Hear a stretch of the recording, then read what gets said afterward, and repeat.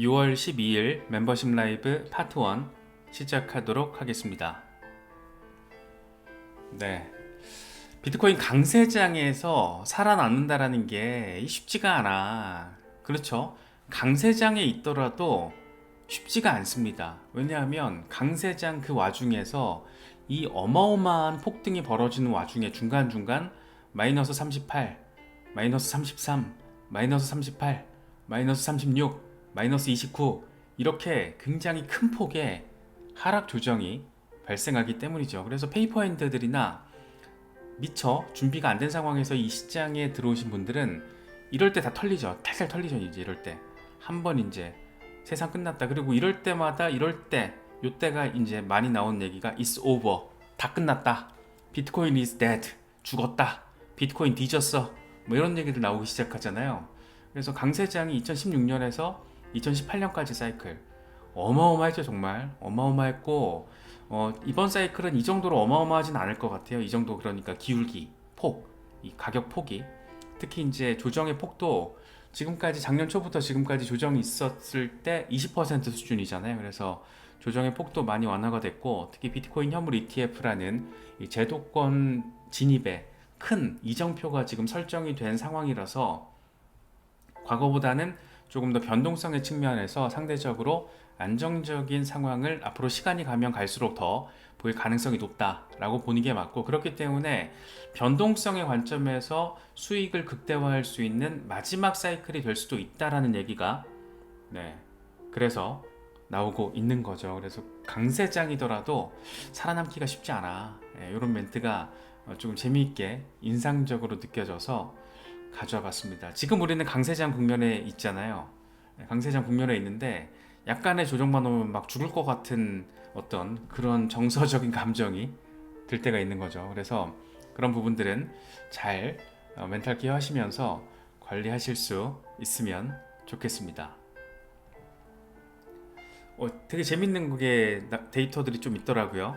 개인 투자자들의 비트코인 수요가 지금 5개월 최저 수준이래요. 최근 30일 동안 개인 투자자들의 비트코인 월 평균 수요가 마이너스 17%까지 하락했다라고 합니다. 이건 미국의 비트코인 현물 ETF 승인 뒤에 신고점을 경신하기 전, 그러니까 승인 뒤에 GBTC 환매 물량 나와서 가격 꼬라 박았을 때 그때 기록이 마이너스 18이었는데 지금 그때랑 비슷하다라는 거죠. 그래서 이걸 딱 보면 거의 이제 저점 어딘가다. 요번 로컬 바텀의 어딘가 근처인 것 같은데 여기서 이제 반등할 때가 되지 않았나. 저는 요거 내용 보고 좀 그런 생각이 들더라고요. 그래서 개인 투자자들이 지금 안 들어와 있는 거예요. 그래서 한번 포모가 아직 등장하려면은 시간이 좀 필요하다. 그런 분위기가 아니다. 그래서 지금 쫄 필요 없다. 이런 생각이 좀 들었습니다. 하이블록이 재밌는 데이터를 냈더라고요. 비트코인 하락폭이 지금 상당히 크지만 개인 투자자들은 여전히 롱 포지션을 선호하고 있다. 바이낸스 계정의 70.25%가 롱 포지션 상태고 24시간 전에는 이게 57%였다. 개인 투자자들은 계속해서 저점 매수를 시도하고 있다. 이게 진짜 간단치가 않은 건데 정말 용기 있는 개인 투자자들이 지금 시장의 흐름에 방향성에 대한 확신을 갖고 들어오고 있다라는 게 데이터를 통해서 우리가 또 확인을 할 수가 있습니다. 왠지 뭔가 이제 한 100일 정도 비트코인이 통합 조정 과정을 거쳤기 때문에 사실 이제 시점으로 놓고 봐도 갈 때도 됐고 조정의 폭을 놓고 봐도 이 정도면 되지 않았나 뭐 그런 생각이 드는 것은 기분 탓만은 아닌 것 같습니다. 트럼프의 어떤 친암호화폐적인 행보가 가속화되고 있습니다. 진짜 만약이라도 트럼프가 재선에 성공한다라면 미국에서의 암호화폐 시장은 굉장히 난리 부르스를 치게 되는 그런 상황이 펼쳐질 수도 있지 않을까.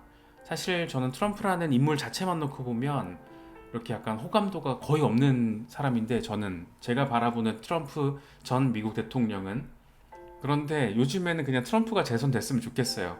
그냥 개인적인 심리는 그래서 이제 암호화폐 쭉쭉 밀어주는 사람이 지금 오늘 비트코인 매거진 CEO랑 채굴자들 미팅했거든요. 그러면서 하는 얘기가 남은 모든 비트코인이 그러니까 채굴 안 되고 남은 모든 비트코인이 메이드 인 USA가 되기를 희망한다라고 채굴자들 앞에서 이런 얘기를 한 거예요. 그래서 이거 보고 너무 웃겨가지고 빵 터졌었는데 재밌습니다. 비트코인 채굴은 CBDC에 대한 최후의 방어선이다. 바이든의 비트코인에 대한 증오는 중국, 러시아 등 공산주의 좌파에 도움이 될 뿐이다. 라고 나를 세우면서 친 비트코인 행보를 이어가고 있습니다. 진짜 미국에서 첫 번째 비트코인 일렉션이 이번 미국 대선이 됐고, 만약에라도 트럼프가 재선에 성공한다라면 트럼프는 역사상 첫 비트코인 프레지던트라는 그런 수식어를 달게 될 겁니다. 그래서 참 재밌어요. 트럼프는 전생에 뭘 했길래 뭐 이런 인생을 사는 건가 싶기도 한데, 어쨌든 비트코인 매거진 CEO 그리고 채굴자들 만나가지고 남은 채굴 아직 안 되고 남은 모든 비트코인, 사실 얼마 남지도 않았잖아요. 남은 모든 비트코인이 메이드 인 USA가 되기를 희망한다. 야, 진짜 이거 트럼프 옆에 표현력이 좋은 연설문 써주는 사람이 지금 있나 봐요. 그래서 이런 표현이 사실은 지금 바이든 쪽에서는 안 나오고 있잖아요. 그래서 되게 표현 자체도 재밌고, 아무튼 뭐 어쨌든 암호화폐 친화적인 이야기가 조금 반갑게 느껴지기도 했습니다. 비트코인 현물 ETF의 거래량이 급증한 게 지금 확인이 됐습니다. 최근 이틀 동안은 순유출이 나왔죠. 그럼에도 불구하고 토탈이 아니라 상위 7개 상품의 거래량을 보니까, 그러니까 블랙록, 피델리티, 그레이스케일, 아크 이런 상위 7개 상품 보니까 5월 15일 이후에 지금 최대 수준으로 급등한 게 확인이 됐습니다. 5월 15일에 29억 1천만 달러, 6월 11일 28억 9천만 달러. 뭔가 지금 낌새는 불끈불끈한 느낌이 들긴 해요. 그래서 이번에 FOMC 그리고 CPI, PPI까지 좀 데이터가 조금만 시장 친화적으로 나와준다라면 상당히 의미 있는 상황이 펼쳐질 수도 있지 않을까, 그런 기대감도 생각해 볼 수 있을 것 같습니다. 라울팔 이런 얘기를 해요. 지금 미국 비트코인 현물 ETF 투자자는 대부분 개인이 아닌 헤지펀드 등 차익거래자들이다. 이 차익거래를 주로 하는 헤지펀드들은 비트코인 가격 방향성에 대한 위험을 감수하지 않는다. 다시 말해서 이 가격 변동성에 관심이 없는 거죠. 시장 간의 가격 차이, 거래소 간의 가격 차이에만 집중해서 가격 차이 나서 차익 실현만 남으면 그만이라는 거죠. 비트코인 가격이 급등을 하든 급락을 하든 이런 거 지금 관심 없고, 대부분의 ETF 자금이 지금 개인이 아니라 헤지펀드라는 거예요. 이거 되게 약간 신박하게 느껴졌습니다. 우리는 지금까지 대부분 개인 투자자들 위주로 이루어지고 있다라고 알고 있었는데 아니라는 거죠.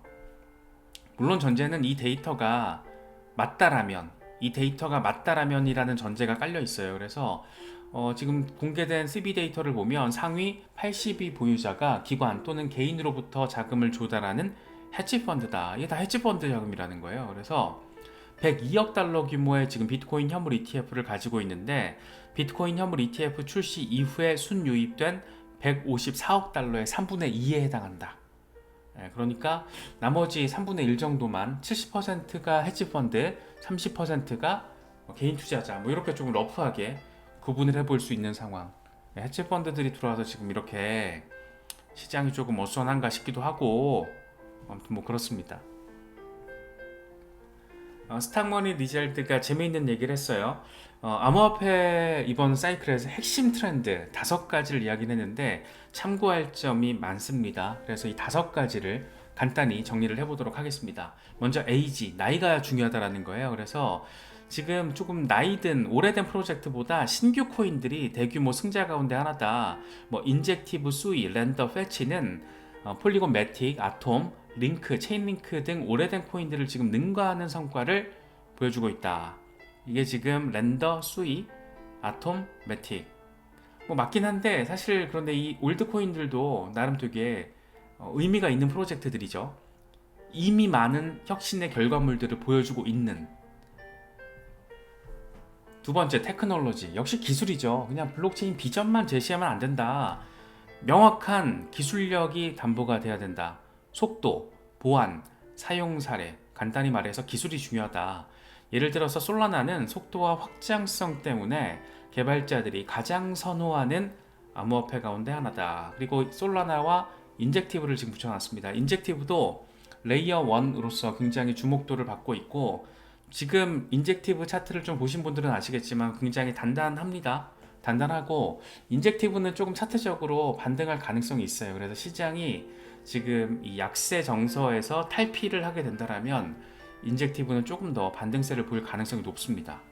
물론 이제 약세 정서가 지금처럼 계속 이어진다라면 훅 하고 빠질 수 있겠죠. 그리고 테크놀로지와 관련해서 괜찮은 예시를 스탕머니 리잘드가 제시하는데 뭐 인젝티브, 솔라나, 패치, 렌더, 네오, 파일코인, 아톰 뭐 이런 것들 다 괜찮은 프로젝트들이에요. 그래서 갖고 계신 분들은 괜찮은 프로젝트들에 내가 지금 투자를 하고 있구나 라고 생각을 하시면 되고, 관심이 있으신 분들은 뭐 하는 애들이고 최근에 차트 흐름이 어떤지 이런 기본적인 리서치는 반드시 진행을 해보시고 투자 여부를 고민을 해보시면 좋을 것 같습니다. 무조건 들어가면은 안 됩니다. 신뢰가 없으면은 막 갑자기 막 20, 30% 급락했을 때 대응이 안 돼요. 그래서 리서치 무조건 해야 되고, 이 중에서 내가 신뢰가 간다라는 거, 그렇게 판단이 된 것만 알트코인들 들어가셔야 됩니다. 이제 강세장이 더 본격화될수록 조정 국면도 굉장히 더 빡세게 올 수 있기 때문에 여러 가지 강세장을 살아남는 방법에 대해서 우리가 항상 좀 염두를 해둘 필요가 있겠죠. 세 번째, 내러티브 중요하죠. 주기에 따라서 약간의 변화가 있을 수는 있지만 현재 승자는 AI와 민코인이다. 2020년 디파이와 마찬가지로 이 같은 추세는 계속될 것이다. 하지만 투자 코인을 선택할 때는 내러티브보다는 토크노믹스, 기술, 차트 이런 펀더멘털적인 측면을 우선적으로 고려해야 된다. 이런 게 먼저고 그 다음이 내러티브라는 거죠.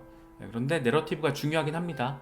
AI, 민코인, 저는 개인적으로는 여기에다가 실물자산 토큰화 이슈를 굉장히 중요하게 중요한 분야로 지금 바라보고 있는데 좀 궁금해요. 어떤 방식으로 진행이 될지. 네 번째, 펀더멘털 분석. 펌프와 덤프는 매일 일어난다. 제대로 된 펀더멘털 분석을 하는 게 그 어느 때보다 중요해질 것이다. 당연합니다. 앞서 말씀드렸던 것처럼 제대로 된 리서치를 하지 않으면은 매일 반복되는 이 펌프와 덤프 속에서 맨날 그냥 단타만 치는 거예요. 그러면은 사실 그걸 통해서 데일리 트레이딩을 전문적으로 내지는 전업으로 하시는 분들은 괜찮아요. 그런데 그게 아니고 내가 하는 일이 있고 서브잡으로서 이 투자를 개미 투자자로 말 그대로 들어와 있는데 막 어설프게 펌프 덤프에 마음이 흔들리면 이거 버티기가 힘들 겁니다. 그렇기 때문에 펀더멘털 애널리시스를 제대로 하지 않았을 때 제대로 대응하기가 어려울 것이다. 이런 얘기, 똑같은 얘기 지금 하고 있는 거죠. 그러면서 이 토크노믹스, 인플레이션과 공급량, 사용 사례는 더 중요한 역할을 할 것이다. 당연하죠. 인플레이션, 공급량, 디플레이션 상황, 토크노믹스 중요합니다. 유스 케이스, 사용 사례, 이건 말할 것도 없습니다. 스탕머니 리잘드가 예시로 든 거는 뭐 이더리움의 사용 사례, 그리고 디파이 플랫폼의 넘버 1 유니스왑이 있다. 뭐 이렇게 얘기를 해요.